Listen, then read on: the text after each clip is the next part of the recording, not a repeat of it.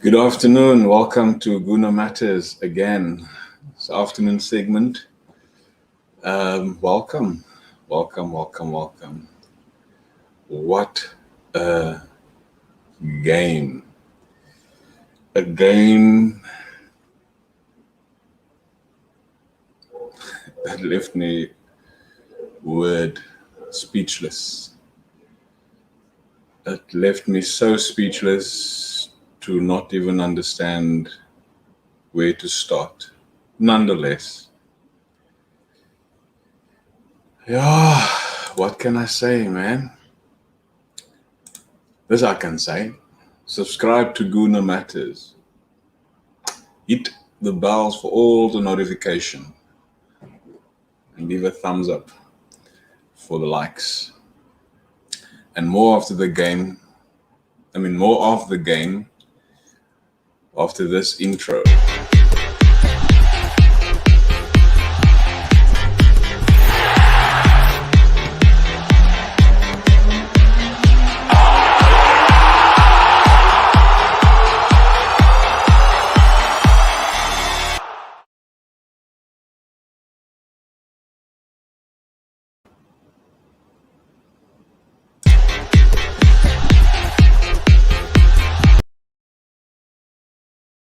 Sorry, that is where it ended on. 2-1 on aggregate. Villarreal has beat Arsenal. They beat us fair and square. But they didn't beat us last night, they beat us last week already. And with the fact that MIKEL Arteta has all to blame for his tactics. Now he stands with his head in his hands, worried like hell. What is he going to do? And this is what Martin Keown, has said about MIKEL Arteta. I'm going to read what the reports are saying is that former Arsenal defender Martin Keown has accused MIKEL Arteta of copying Manchester City boss Pep Guardiola with his tactical approach to Thursday's crucial Europa League match against Villarreal at the Emirates Stadium.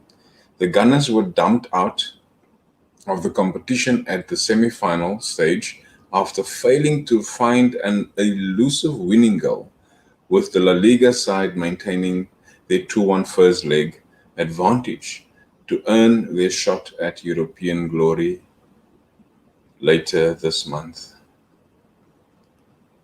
Manchester United will be their opponents for the final in Gdansk, with Unai Emery looking to seal his fourth European League triumph with victory over the Red Devils. Arsenal struggled to get going from the first whistle, with Arteta's side looking lethargic in comparison to their opponents. Now the Spanish boss opted to deploy a midfield trio consisting of Thomas Partey, Emil Smith-Rowe, and Martin Odegaard. Where do you hear of such a combination?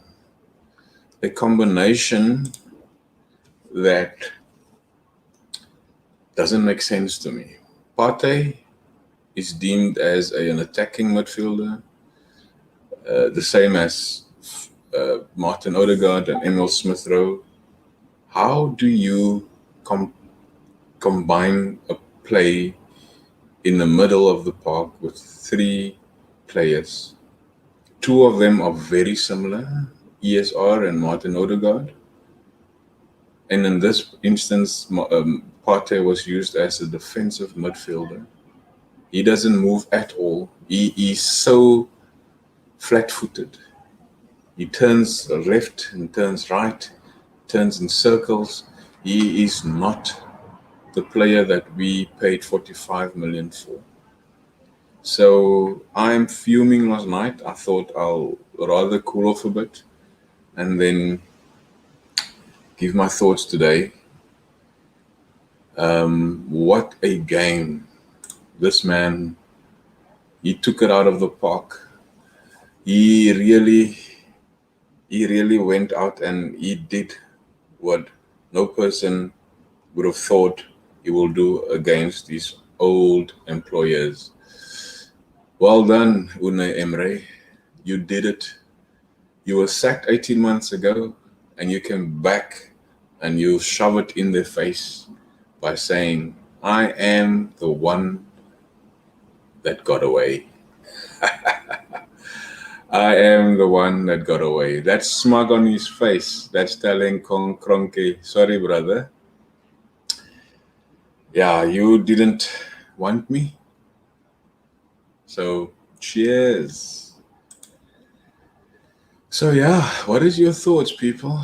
I don't understand why this man has gone with the tactics.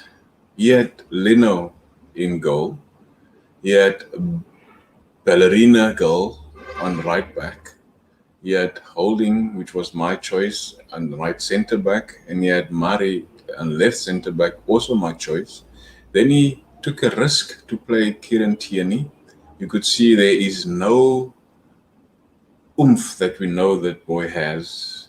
He was so under pressure to perform and not get injured in the instant. Then he had the combination of Partey, Smith Rowe, and Odegaard in the middle of the park. And of course, on the right, Pepe was um, my choice, or left at least. And on the right, it was Saka. And of course, the captain up front. What did you think, Arteta? What the hell did you think to bring in that combination in the middle? Firstly, in a magnitude game like this, the biggest game of your season, of your life, that will either make you or break you, you go and you are experimenting with a tactic that doesn't even make sense to a footballer that plays in your team. What were you thinking? What were you thinking? Let's see how these guys celebrated. Deserved winners. Deserved winners. Now, the guy in the orange there, the middle guy, if we were so into the game, we would have made or took advantage of his mistakes. He had so many mistakes. Put the ball on him, he will make a mistake. The shot that Oba gave him, he spilled the shot. So why can't you take your advantage and go and put him under pressure? I mean, I heard on Cannon Fodder where Ralph said that he had his foot on the ball for almost a minute, or a bit more than a minute almost. Nobody attacking him. Nobody is putting him under pressure. How can you do that? It is beyond me. You can't do that. Then you have faces like this, confused, so confused. I don't understand why. Martin Keown went and said further, Arsenal are playing Odegaard and Smith Rowe either side of Partey, and Partey's in that midfield on his own far too often. So I don't know what he was thinking. When he gets the ball, he hasn't got an option. So they need to drop a little bit deeper. It's been sloppy from Arsenal, no real fluency. They look frightened. They haven't even come out to play. And it's nervy. And mistakes are being made and they haven't taken the initiative. Again, look at Smith Rowe. Takes a touch there and there onto him. These Villarreal players sniffing around for opportunities. It just seems like there's hesitancy. Arsenal gave away a free kick on the edge of the box that Villarreal nearly scored from. You just can't afford to do that, Arsenal. And they went on to say Arsenal have not got out of first gear yet. It's just too sloppy at the moment. I don't know what to say, people. I don't know what to say. Aubameyang had the most chances. He hit the post twice. He gave a shot uh, where the keeper spoiled it. And of course, he came the closest. And then Emil Smith Rowe got a brilliant flick of the defender's head, stopped it under his boot, and had to think very quickly and tried to lob it, and it went past the post. Now, the two of them were very, very close in getting the results for Arsenal. It wasn't to be. You will see at the bottom of the screen, it will says there to be or not to be. It wasn't to be. So I don't understand where the tactics came from, Arteta. I don't know where your head was. You experiment those type of tactics in a game against Brighton, against Newcastle, West Brom, the lower ranked teams, Fulham. You do those type of things. If you want to try it in the game setup, do it in those type of games, not in your most important game of the season. You are your own downfall. A question I also put on there at the bottom is, did Arteta manage to sack himself at this stage? Did he manage to sack himself? If your answer is yes, and this is not, guys, please, this is not a propaganda for Arteta out. It's not like that. It's just a question of his own downfall, all the decisions that he has made, all the mistakes he has made, and all the things that he has said to himself, this is what I'm going to do. So I've got, I think, there's two comments. Let's just go to the live comments there. Mr. Cannon Fodder, Mr. Alex, we have found it difficult to support Arteta, and he hasn't made it easy for himself. I get you, my brother. I get you. And he also posted the question, can you remind us of your preferred 11? Of course, I can, Mr. Fodder. I can remind you of that. What I can say in the meantime is, I didn't have a man of the match last night, but if trying was to be the man of the match, then Orba would have probably be the chosen one, because he tried his utmost. I mean, I saw a different Orba last night. He was really trying his utmost best. He tried to score goals. He put shots in. He tried to do all sorts of things to get a goal. He was very close at twice. He, like I said, he hit the bar or the upright, and it wasn't to be, unfortunately. And I repeat myself, is to be or not to be. So yeah, Mr. Fodder, to come back to your question, can you, so no, that one, this one, can you remind us of your preferred 11? My 11 started with Matt Ryan in the post between the sticks. I had Chambers on the right. I had Rob Holding on right centre back, Murray on left centre back. I had Bukayo Saka on left back. I had Partey in the middle. I had Xhaka next to him. Unfortunately for Xhaka, he got injured in the warm up, but then you have a midfielder that can go box to box.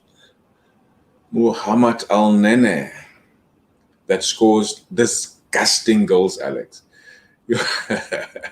You, you have Al-Nene as a backup for Granit Xhaka. So, in my opinion, if my 11 was fielded and Xhaka got injured like he did, I would have put Al-Nene in there. And then I've got Martinelli on the left wing. I had Smith Rowe in the number 10, and I had Nicolas Pepe on the right. And the captain of the day and striker was Alexandre Lacazette. I think there was a report that was going out to say that when Laka came on, I think it was somebody's rating the team. Laka came on. He had very little time to change things around. Very, very little time. And at the point of my 11, Alex, I think that 11 would have made so much difference in last night's game. Pardon me. Rob Holding wasn't the place that I said he would be. And of course, Pablo Mari was at the place where he'd be. The rest wasn't there. I mean, Partey was there. Smith Rowe was part of the middle, but not exactly where I said he would be. Then, of course, that's 4 players that I predicted that will be in the place that they will play. But the tactics that he brought to the team wasn't to be, because you can't play a defensive game against a Villarreal with a manager, Unai Emery, that knows the team inside out. He might not know the likes of Smith Rowe, Pepe. Well, he had Pepe. It wasn't his choice, but he had him. He knows the team. He knows their capabilities. He knows their strengths. He knows their weaknesses. And he outsmart MIKEL ARTETA. And it was also reported to say about Emre, he had the upper hand on MIKEL ARTETA. He had the upper hand because he knows the team, and because in the first leg, we won the game, or they won the game. So I think the results is fair. We had to obviously go out of the Europa League, or out of Europe for that matter, just to give Arsenal food for thought. Kroenke needs to wake up. Arteta needs to wake up. And of course, we need to understand that it is much bigger than just MIKEL ARTETA. Our downfall came because of his tactics. This whole season, there's not 2 or 3 consecutive games that we went with the same 11. No, not at all. Every game we chop and change. Yes, I agree with everybody else that has been saying it for the longest time. He's a tinker man. Now, a tinker man does that. There is no change in him. So again, my question is, did MIKEL ARTETA manage to sack himself? If you look at that picture, he hides his face. He's asking, what have I done by stretching out his hands, his arms? What have I done?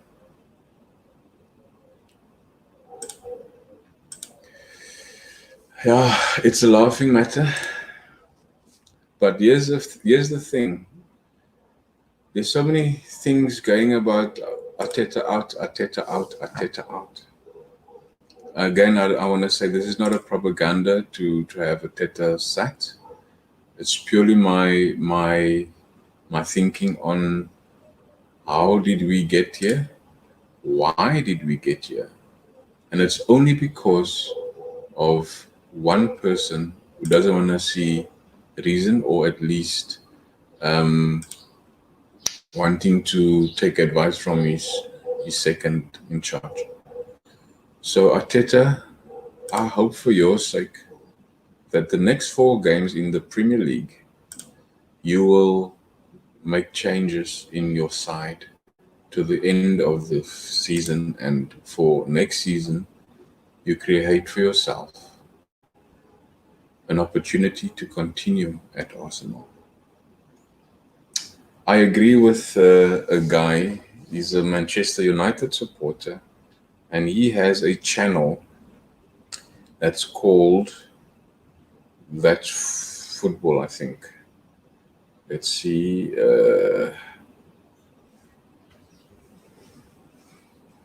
Yeah, his name is Goldbridge.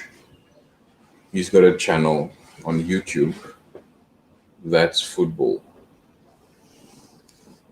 And he made a statement in saying that the fans of Arsenal should look beyond Mikel Arteta, and that is the reason why the Man United fans protesting is for their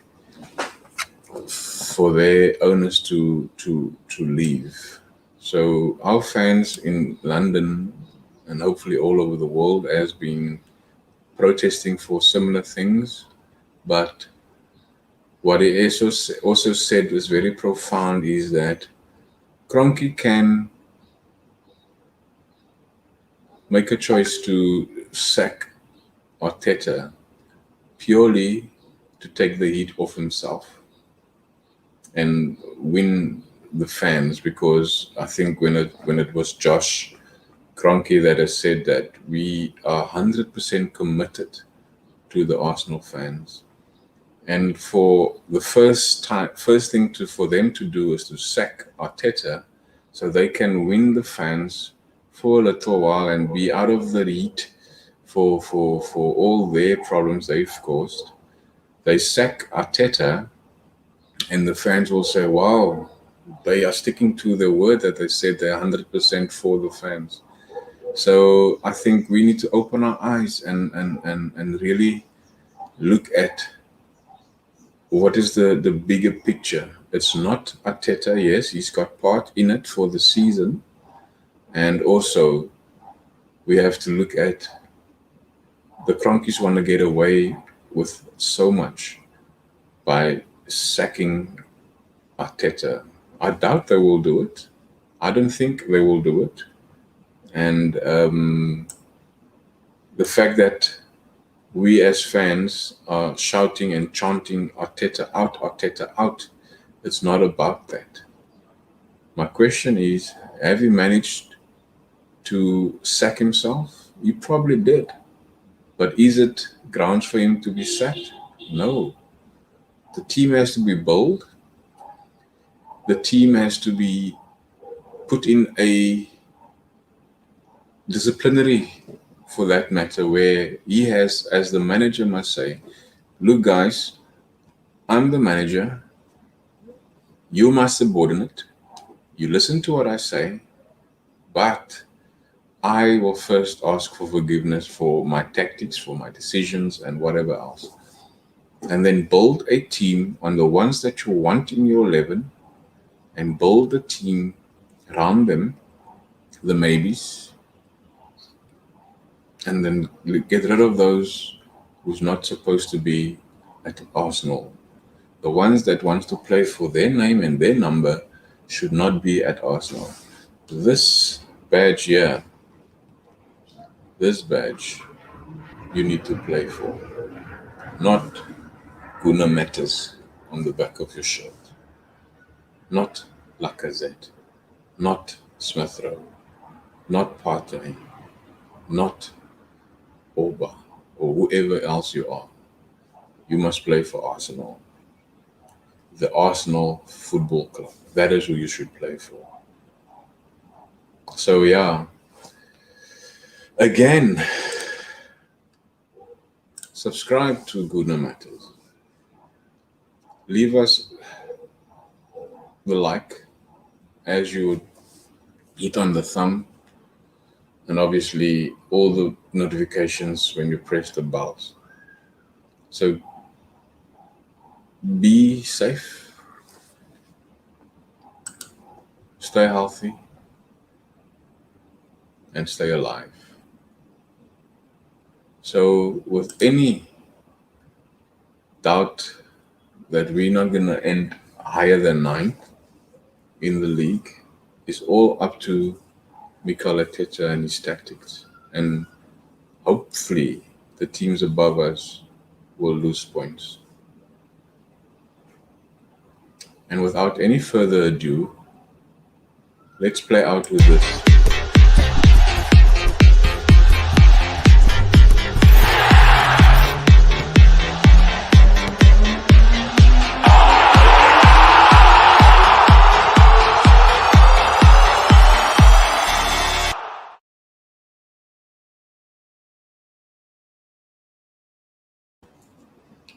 Peace.